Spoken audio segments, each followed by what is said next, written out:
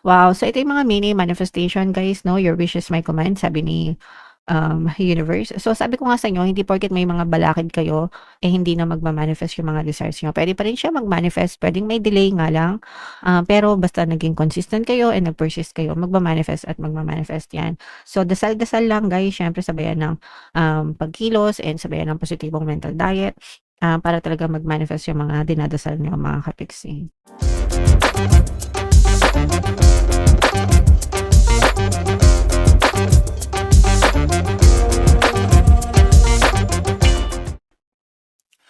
Hello guys, hello Scorpio, welcome back to Pinoy Pixie Tarot. Ang pamagat ng episode natin for tonight is monthly check-in para ngayong June para sa Scorpio, Sun, Moon, Rising sign, and Venus. If hindi kayo guys naka-resonate dun sa monthly reading nyo for June, pwede nyo panoorin tong video na to guys, baka nandito yung energy nyo. So, unahin natin tong deck na to. Ito yung angel messages para sa inyo. Ito yung obstacle, ito yung mga balakid, mga kapiksino. Ibig sabihin, may mga balakid kayo sa buhay nyo, kaya hindi nyo agad-agad nakikita yung mga resulta ng mga manifestation nyo o kaya naman nade-delay, mga kapiksi. Yun lang yun guys, no? We can always manifest whatever we want as long as naka-focus tayo mga kapiksi. Actually, even if may blocks kayo, basta nag-persist kayo, puwedeng-puwede niyong ma-override, ma-overcome itong mga blocks na 'to guys. But, kapagka hindi, kapagka mas malakas pa rin yung balakid, sometimes nagkakaroon talaga ng, delay mga kapiksi, okey? Alright, so you just have to work on your blocks guys, mag-focus lang kayo para, ma-overcome niyo 'tong mga, balakid na 'to guys, okey? Alright.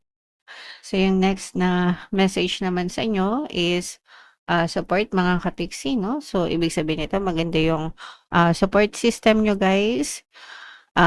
Sa paligid niyo maraming taong mga sumusuporta sa inyo, very lucky kayo, masuwerte kayo guys, okey? And another message, Scorpio,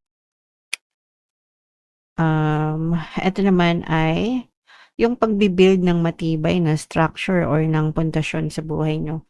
So, parang ano 'to guys, parang nagtatayo kayo ng kailangan matibay yung haligi 'no? Parang bahay 'di ba?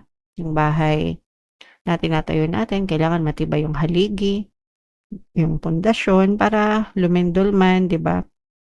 Hindi agad-agad magiba yung, bahay mga kapiksi. So, gano'n din sa buhay natin, you have to build a very good, basic foundation 'no, para maging matibay kayo sa buhay niyo mga kapiksi, okey?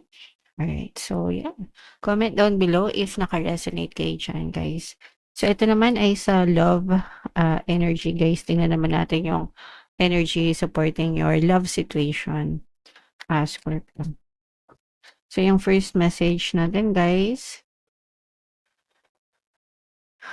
ito, pagdating sa relationship mga kapiksi, yung isa sa inyo naghahabol, yung isa ayaw na. So, hindi naman kayo maghahabol kung gusto pa nung isa, 'di ba? So, naghahabol lang tayo kapagka ayaw na nung isa. So, for some of you puwedeng ikaw yung naghahabol or ikaw yung hinahabol, mga kapiksi. Pero ito may takot takot ito na maiwan, this is because of fear of rejection and fear of abandonment, mga kapiksi. Kaya nandun pa yung, paghahabol guys, okey?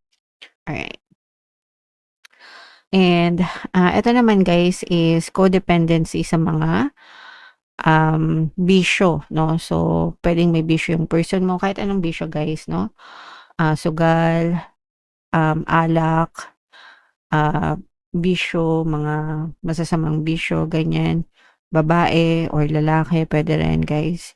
Anything na masasamang bisyo na nakakaapekto sa inyong, relationship mga kapitsi.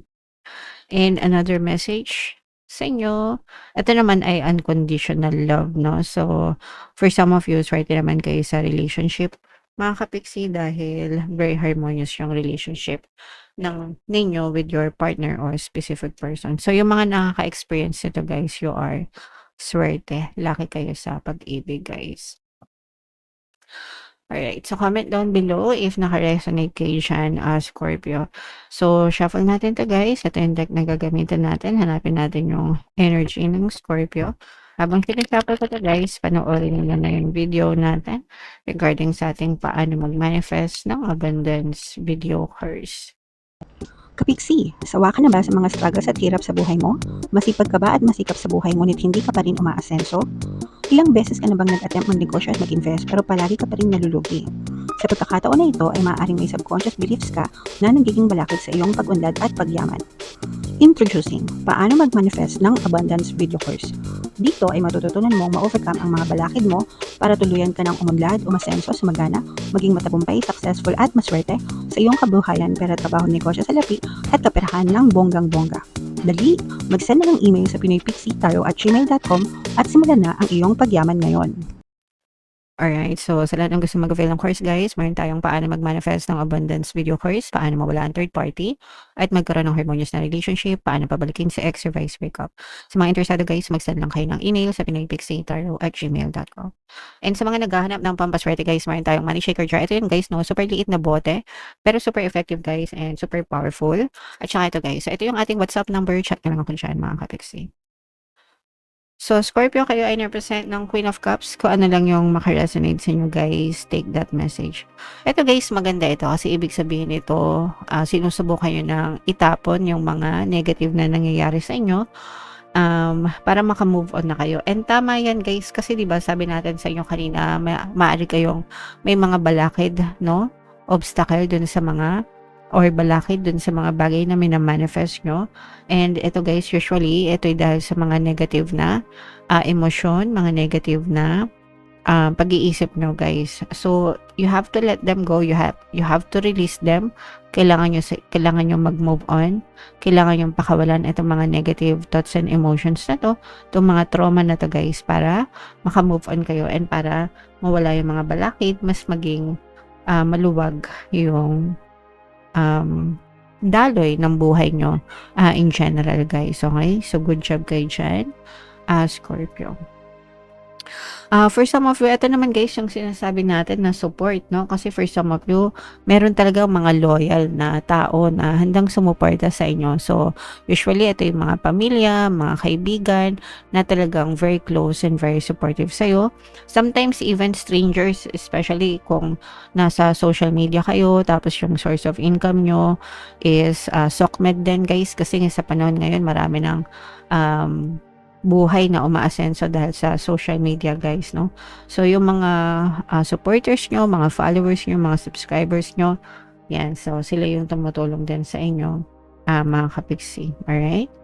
Okay. And another message guys, ito, magpahinga kayo. This is an advice na magpahinga kayo and take care of yourself and take care of your health as well, no? Kasi baka mamaya nagkakasakit na kayo, na overwork kayo or stressed guys. So, kailangan pagbuhusan nyo ng attention din yung inyong kalusugan, mga kapiksi.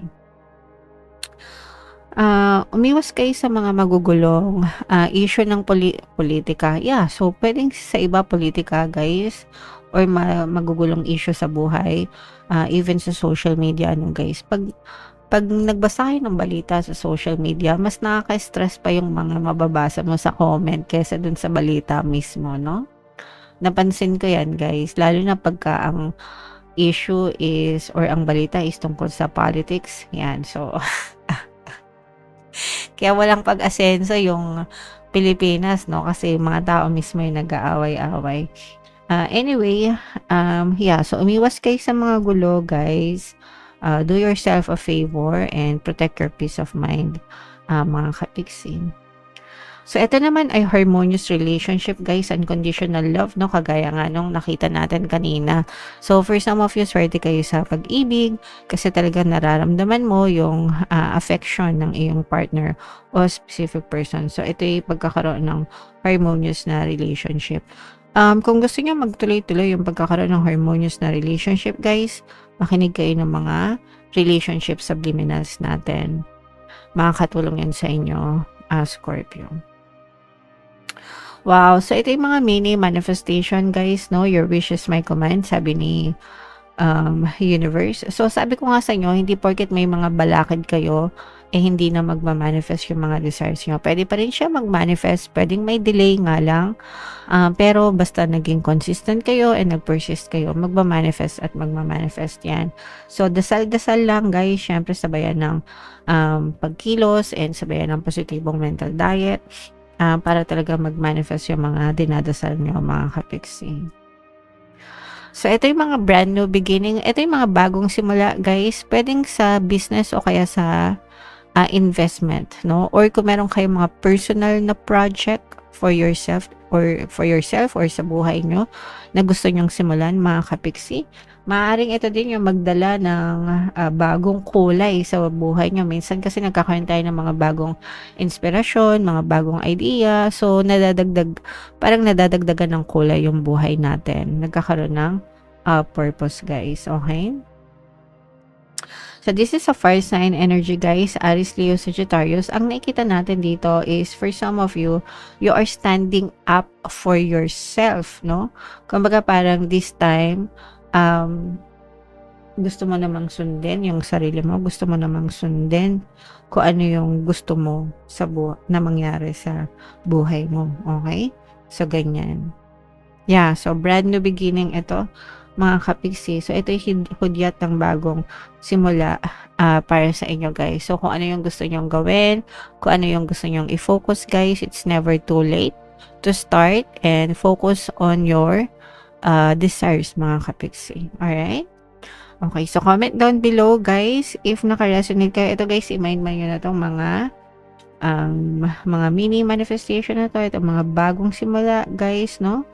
Itong mga loyal na person, mga kapiksi, sabi ko nga sa inyo, guys. Kaya, i-mind nyo na yan tsaka itong harmonious na relationship, mga kapiksi. So, i-mind nyo na lahat yan, guys, sa comment section, and comment down below if naka-resonate kayo. For more tarot readings, guys, ito yung playlist nyo. Ito naman yung ating success stories ng paano mag-manifest ng abundance video course. Panoorin nyo itong video natin, guys, about money shaker jars. Thank you for liking, sharing, and subscribing. See you next time. I love you all, guys. Have a nice day. Bye-bye.